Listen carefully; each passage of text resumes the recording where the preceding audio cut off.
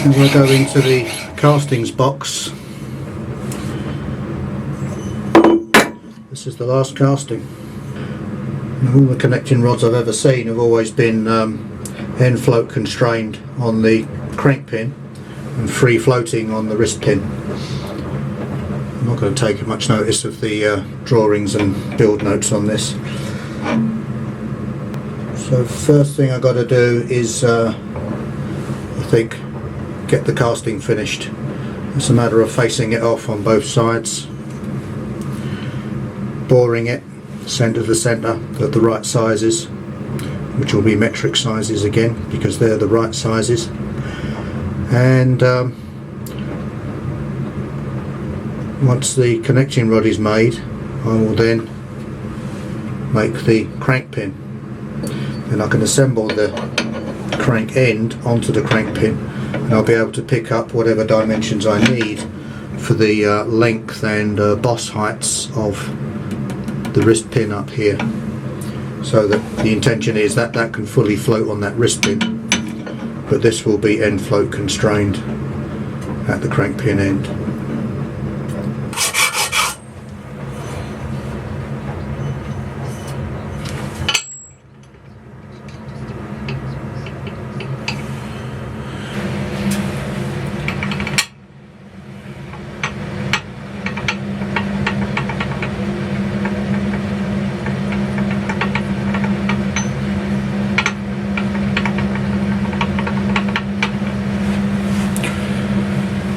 The thing is so twisted. So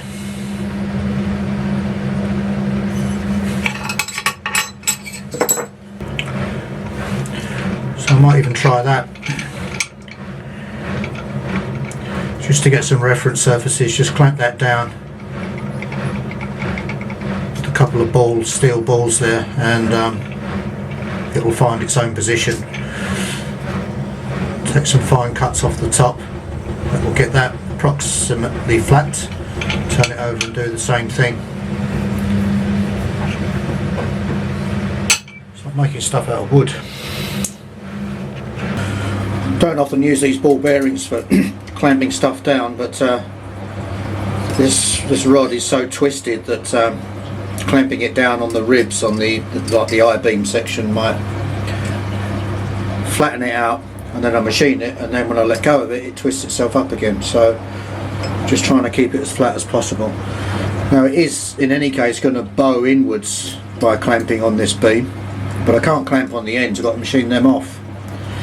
So I'm just going to flash these off very lightly, turn it over, flash off the other sides very lightly, so that at least I've got them all the same thickness, and then I'll have a measure up and decide how much to take off of each side to bring it down to final size.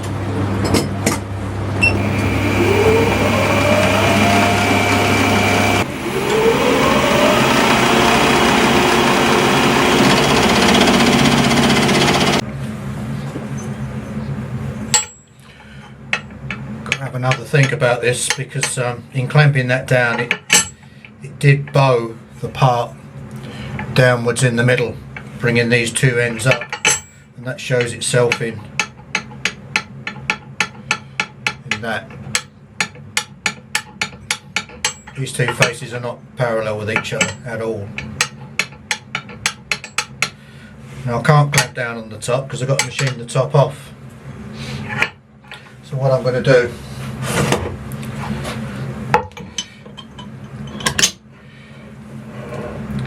is just put this in some, mount this in some cardboard, just clamp it in the vise like that and machine the ends off, be done with it.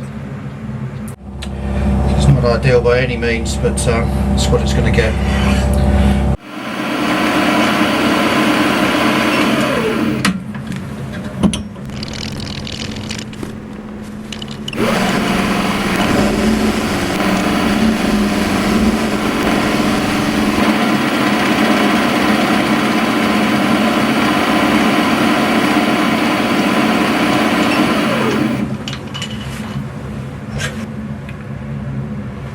Okay, so I've just taken off an amount from the back face there, the back face because I can't see it, 22.45 now, both of them, measuring at the top, because there's some imperfections down at the bottom that I'm going to get tangled up in.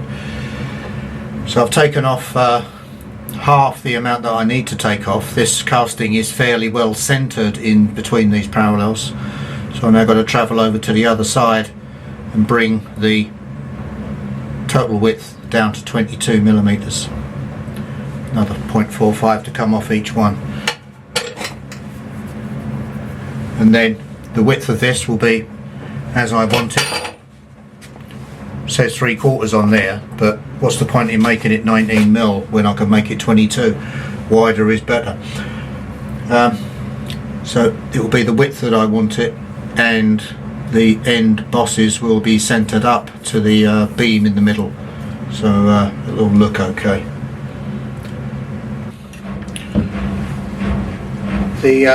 Don't need the magnets anymore.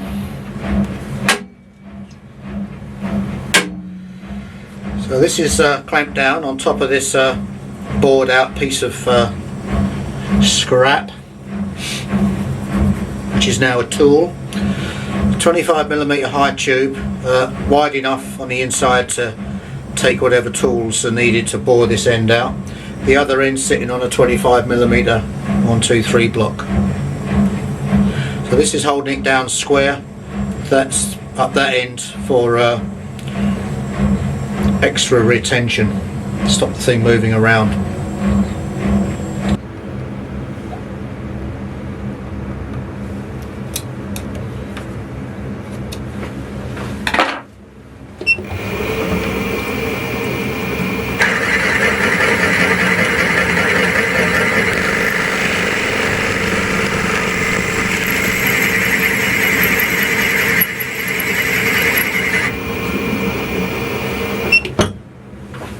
This took a lot of slow care, taking tiny bits out bit by bit, but here we have a 12mm gauge pin, upside down end mill.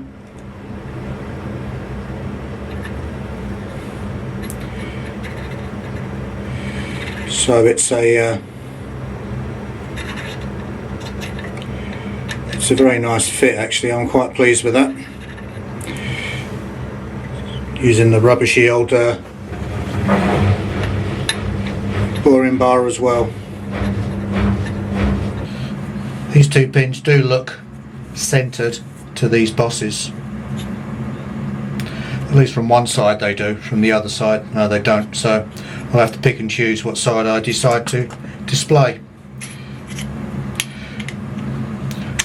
But these are pleasingly snug, they really are. It's got some burrs on the end.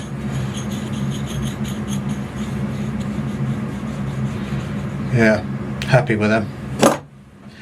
That's the rod finished.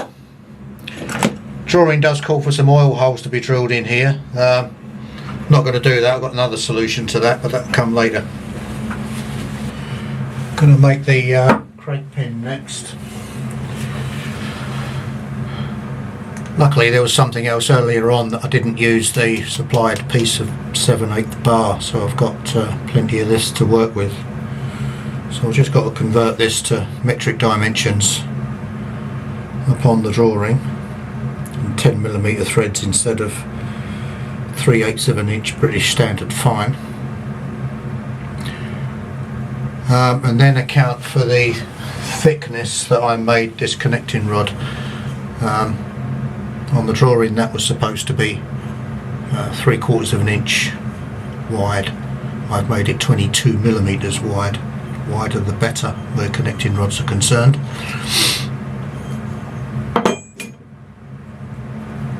So I'm going to make the main bearing pin part of it 22mm plus 1mm on each side to take some thrust washers, because I'm going to make some thrust bearings to go on this big end of the rod as well.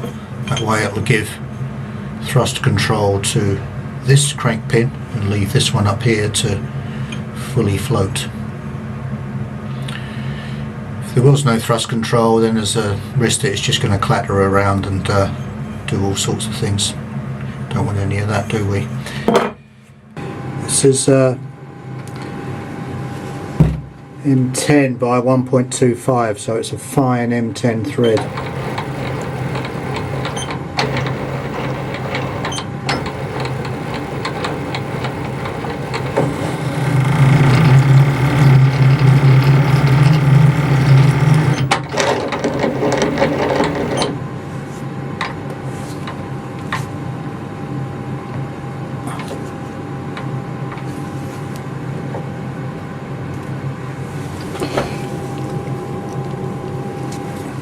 Because I've got this in a keyless chuck, which doesn't want to do the undoing thing. There we go.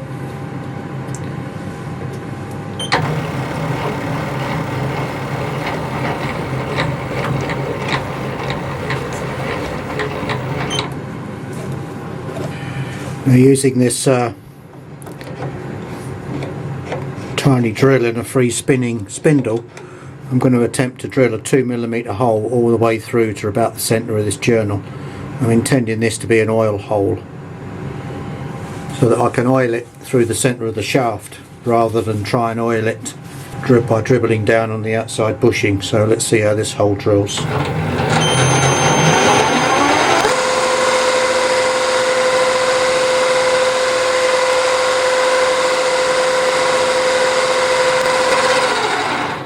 So because I'm pushing this in with my fingers, I can feel when the swarf is starting to pack up and grip the drill.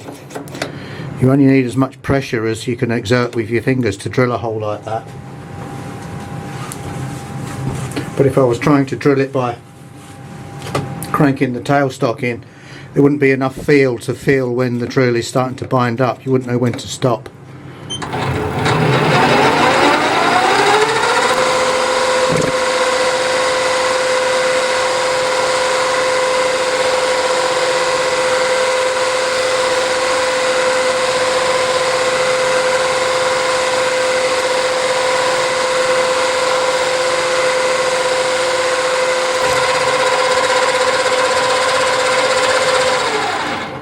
Alright, so that has gone in there the entire length of that drill, which is easily 25mm. Yeah, so I've reached the halfway point of that journal, that crank pin.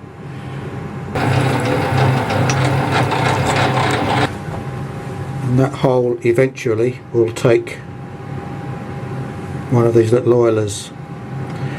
So bang that in the end, and when I want to oil this bearing, just squirt into the oiler. I won't put it in yet though, because they don't come out again. And this needs to be cleaned out.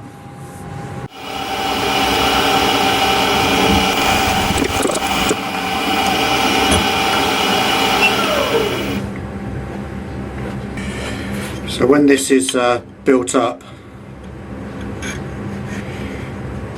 to oil it, just pump oil in the end there,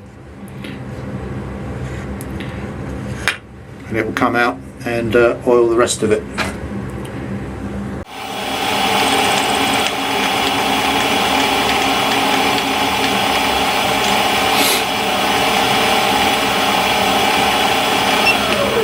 Just saw the camera go out, so I don't know if I was actually recording that, but with the 4 flats cut on each side of the collet block, I've now got a 12mm square on the back end of the crank pin. Loads of burrs. That'll be alright. I'm going to undercut this shoulder here. Get out of the way. I'm going to undercut this shoulder on the lathe using the parting tool, just so that I don't get any edge binding when it goes into the crank wheel.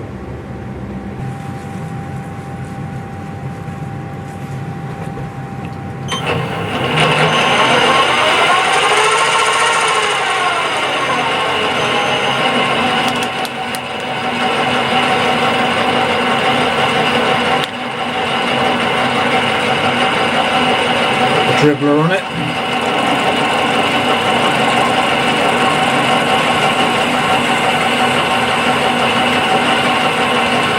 touch off and go in 1 mil.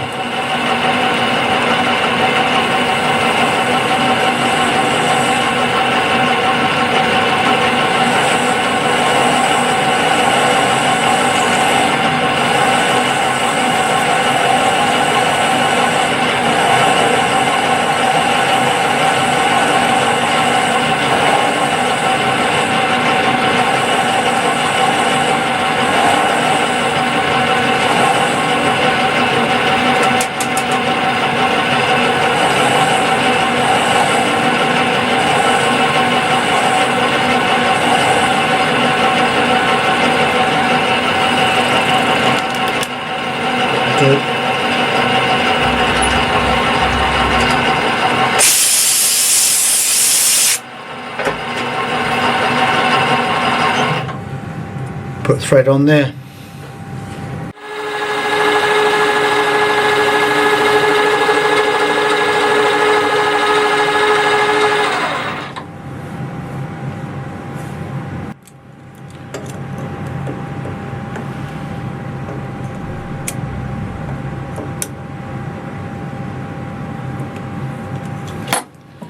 I'm hoping that's just under 1mm thick.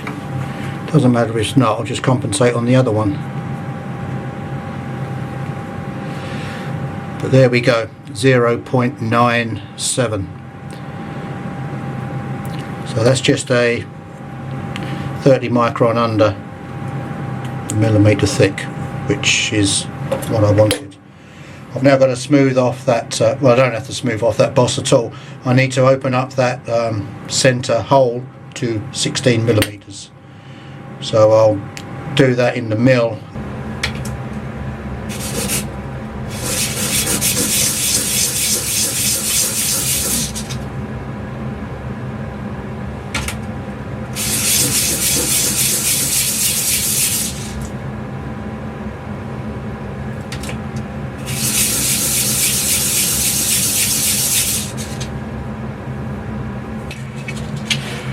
Now, there's no denying that having been opened up like that, they are very thin, very fragile. They need it to be flattened out, smoothed down on the paper again. But the idea of these is, instead of having the raw aluminium running on this steel pin all over the place, so that goes on there as a thrust bearing, and the rod comes down. This one goes on as a thrust bearing on that side, and what I've got to do now is make a nut to secure down to that shoulder, and then there'll be some good end float control on that.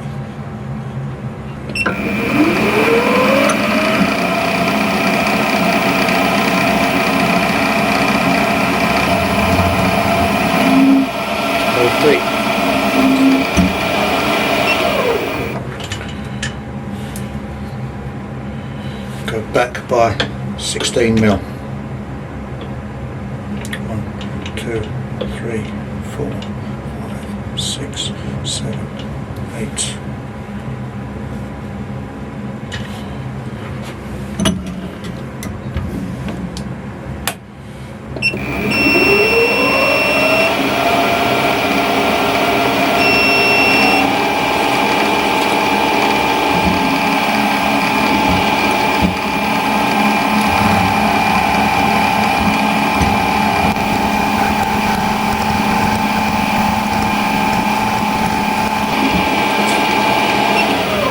Deep.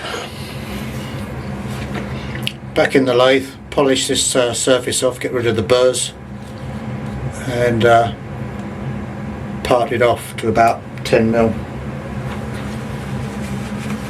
I've decided to make this only about 6mm long. That's all it needs to be.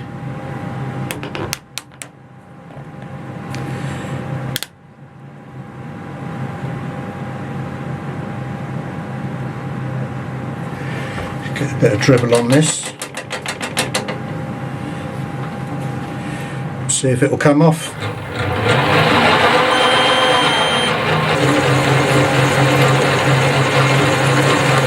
It's cutting through those holes forever.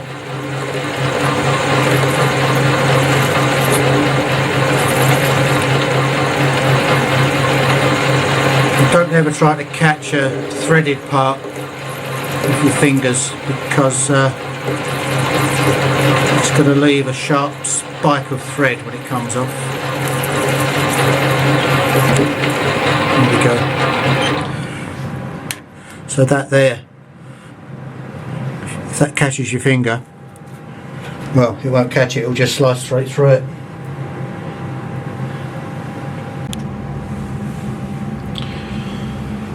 Now that I can assemble this connecting rod onto the crank wheel on its pin, the last point to connect is going to be the small end, or wrist pin as some people call it, onto the blade frame.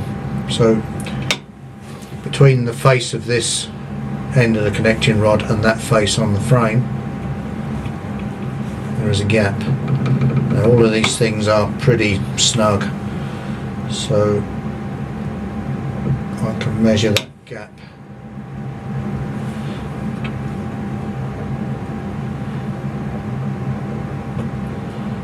Fairly well there, using this hole gauge. So that's 5 difference, 2.5 onto that, 4.15.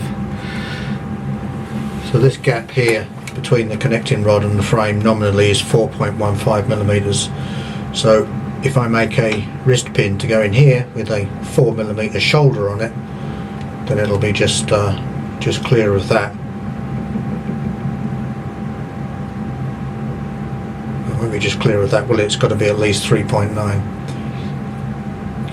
So I'll make this shoulder something like 3.8, and then that will take care of all the clearance it needs.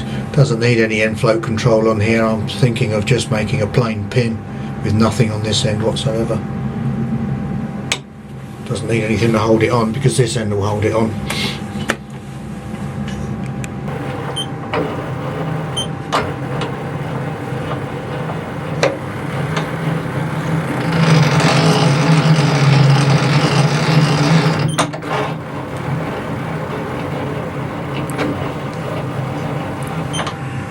And that, I hope, is that. Shift it back a bit.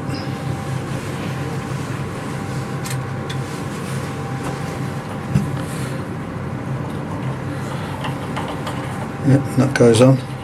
These are pretty sloppy nuts though.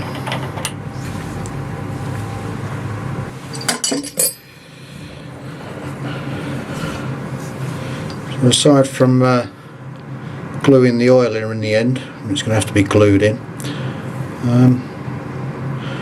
That's the wrist pin done, the small end. All dirty now. There we go. So that's nice and tidy.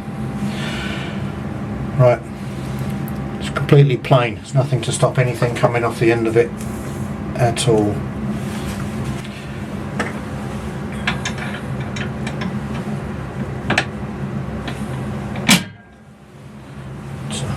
Snug fit in the front. These acorn nuts on the back, because they're clean and tidy as well.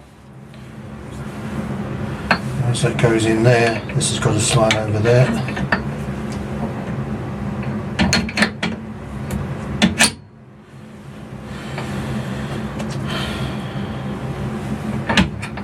It's the adjustable slot to adjust the stroke. Can't see that that'll ever get done, but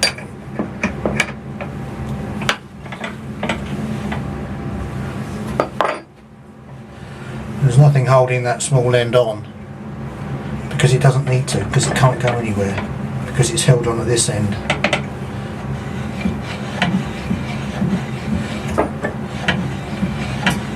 So that's actually its first cranking. Yeah, it's a little bit stiff. The whole thing's a little bit stiff, but that's bone dry. There's no oil in it whatsoever. With a running in period, with a bit of careful observation, and I think that's going to be all right. All right, this is a cheapo 2 flute 3mm. is centered up on the shaft, and I have travel stops set on the table to cut the keyway the right length. The right length according to me, which is where I want it from the ends of the shafts, so that the key doesn't actually become visible once it's in the worm drive. So I'm going to go down to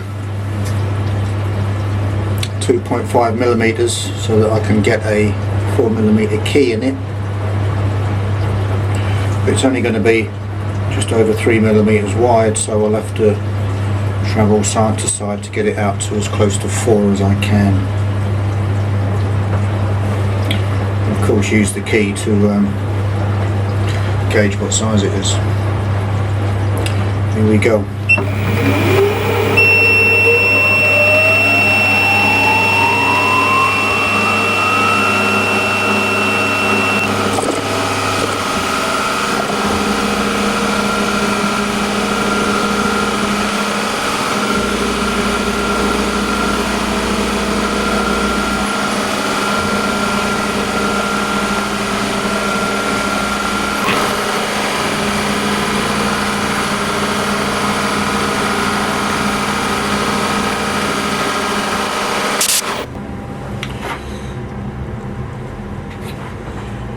With that, the